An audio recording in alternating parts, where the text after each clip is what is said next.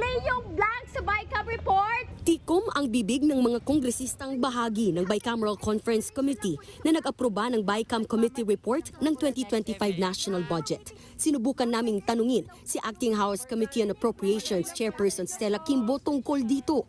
Pero Nagmamadali lang po Sorry. for the next event. Yeah, we ha? were waiting yesterday, ma'am. Ma'am, kindly explain daw po. pati ang kabibitiw lang na chairman ng Appropriations Committee na si Ako Bicol Party List Representative Zaldico, wala ring pahayag tungkol sa mga issue sa BICAM report. Giit ng Makabayan Bloc, kailangan ng magpaliwanag ng mga kapwa kongresistang miyembro ng BICAM. Hindi rin daw sila nakontento sa paliwanag ng Senado.